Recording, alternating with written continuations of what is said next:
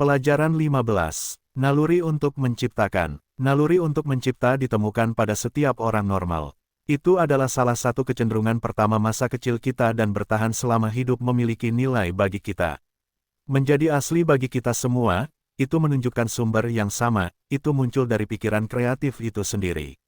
Roh secara naluriah kreatif. Tuhan memiliki keinginan dan kekuatan kreatif yang hanya dapat dipuaskan dengan membuat sesuatu. Dia rindu mengekspresikan kekuatannya untuk mencipta, menggunakan pemikirannya untuk mewujudkan gagasannya menjadi bentuk. Penyaluran gagasan ke dalam bentuk itulah yang menghasilkan kegembiraan dan perasaan senang. Tuhan adalah artis hebat yang memimpikannya sebuah gambar dan kemudian melukisnya, komposer hebat yang merasakan keharmonisannya di dalam dan berusaha untuk menyuarakannya. Dia mewujudkan apa yang dia rasakan dan pikirkan di dalam. Kami menemukan hal yang sama untuk menjadi kenyataan dari diri kita sendiri. Kita tidak semuanya seniman atau musisi, tetapi kita semua memiliki naluri kreatif dan keinginan untuk membuat sesuatu.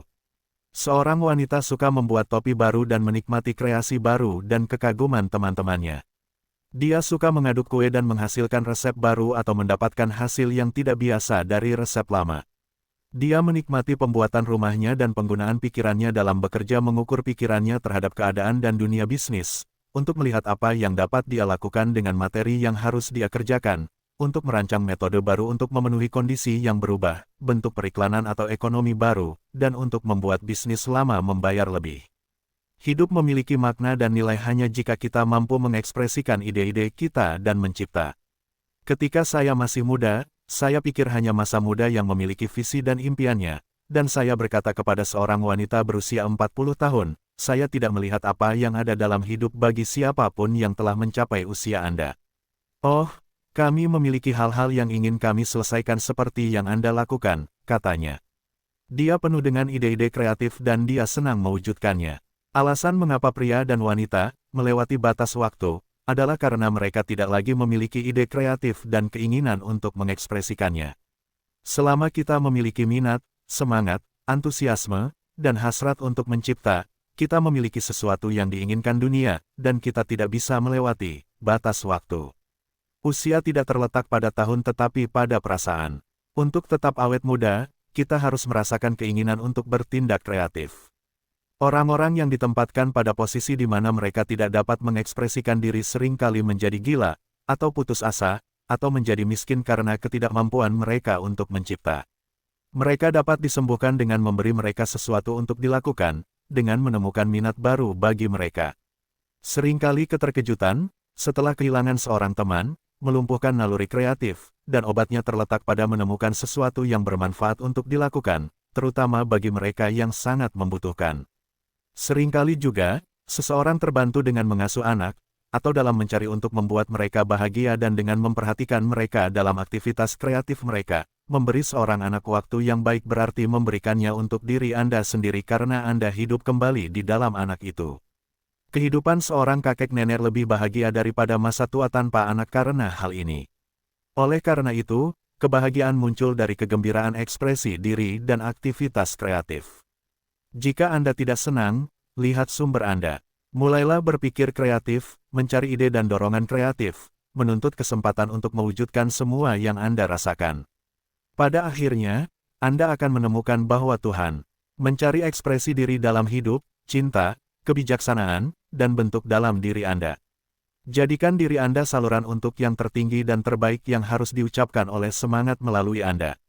Pikiran kreatif dan Anda adalah satu. Perlakuan, saya satu dengan pikiran kreatif.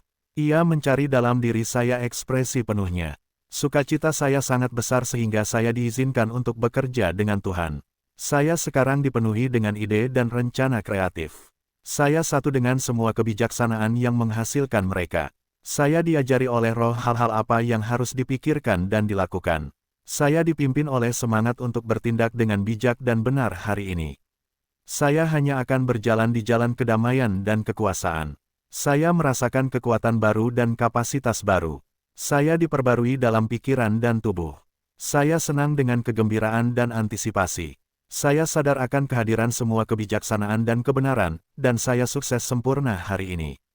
Pelajaran 16. Konsepsi tak bernoda kami. Kita adalah apa yang kita pikirkan. Cita-cita tertinggi kita mengendalikan minat kita dan dengan demikian pemikiran kita. Cita-cita manusia adalah agama mereka karena kita tidak dapat melihat Tuhan, tetapi kita dapat memahami Dia. Oleh karena itu, semakin tinggi cita-cita kita, semakin tinggi konsep kita tentang Tuhan dan semakin murni agama kita. Cita-cita dan keyakinan bercampur menjadi satu. Cita-cita kita adalah apa yang kita anggap mungkin, keyakinan kami adalah keyakinan kami bahwa cita-cita ini tidak hanya dapat tetapi akan terwujud.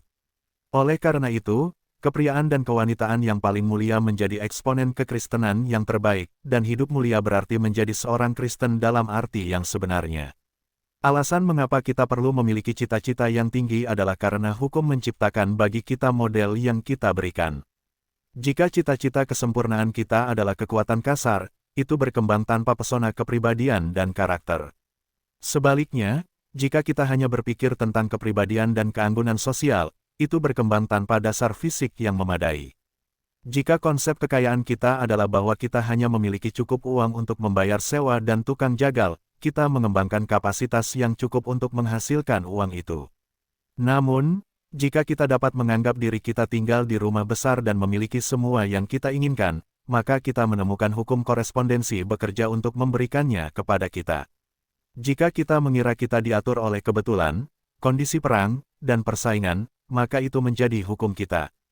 Jika, sekali lagi, kita menganggap diri kita sebagai kondisi di atas, tidak terbatas dan mutlak, maka itu menjadi fakta bagi kita.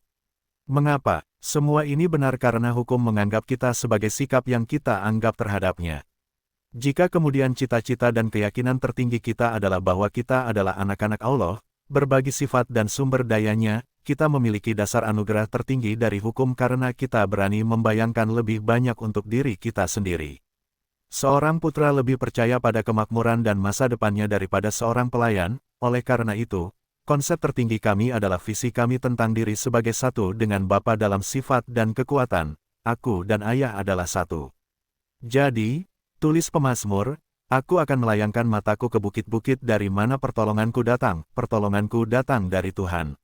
Ini jelas merupakan sikap yang harus diambil oleh seseorang yang dirinya sendiri berusaha untuk menjadi inspirasi dan mengangkat umat manusia. Dia tidak dapat mengangkat sampai dia pertama kali diangkat. Dia pertama-tama harus melihat ke ketinggian, yang akan menunjukkan jalan kepada orang lain. Dia harus tahu jejak di pegunungan. Dia sendiri harus berdiri di puncak. Dia pasti berada di Gunung Transfigurasi. Pandangan ke atas harus mendahului pengangkatan. Seseorang harus mengetahui hukum, untuk mengajarkannya, cara, untuk menunjukkannya, Allah, untuk mencela dia. Harus ada persekutuan dengan yang gaib. Dari perbukitan datang pertolongan, dari gunung yang tertutup salju, angin sejuk, dari rawa hutan, nada kedamaian, dari puncak yang terjal, sebuah keyakinan yang luhur. Kekuatan perbukitan juga miliknya. Aliansi dengan yang tak terlihat tidak boleh dilupakan. Di mana tidak ada saluran masuk, tidak ada saluran keluar. Tidak ada sungai tanpa sumber, tidak ada aliran tanpa mata air yang naik. Air mancur tidak akan menyemprot tanpa air. Kapal tidak akan berlayar tanpa angin sepoi-sepoi. Diam adalah roda tanpa sabuk, tak berdaya mobil tanpa arus, mati adalah lampu tanpa cahaya. Namun terkait dengan sumbernya, sungai mengalir, air mancur menyembur, kapal berlayar, roda berputar, dan lampu menerangi semua orang yang ada di dalam rumah. Kita harus melihat ke atas, bergerak ke atas, menjangkau ke atas, dan kemudian kita akan bersiap untuk mengangkatnya. Kita harus bersekutu dengan yang gaib. Pada hari itu kekuatan supranatural akan menguasai kita, memiliki kita, mengayunkan kita, menggunakan kita. Kemudian, setelah menjadi saluran masuk, kita juga akan menjadi saluran keluar dari semua yang ada di dalam Tuhan. Pada hari itu kuasa Tuhan akan dinyatakan, yang buta akan melihat, yang lumpuh akan berjalan, yang miskin akan ditahirkan, yang miskin akan diberitakan Injil, dan berbahagialah dia yang tidak tersinggung di dalam kita. Inilah tanda-tanda yang mengikuti mereka yang beriman. Tetapi pertama-tama harus ada persekutuan dengan yang tak terlihat, hanya yang diangkat menjadi terangkat. Jadi, memahami diri kita sendiri sebagai satu kesatuan dengan Bapa berarti menganugerahi kita dengan kuasa dari tempat tinggi. Jangan sampai kita lupa alasannya.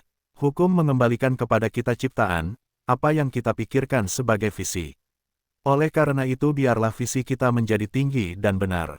Biarkan mereka dimuliakan. Dan janganlah kita lupa bahwa ini benar apakah cita-cita kita adalah untuk karakter yang sempurna, tubuh yang sempurna, kebijaksanaan yang sempurna dalam bisnis kita, atau kesempurnaan kebahagiaan.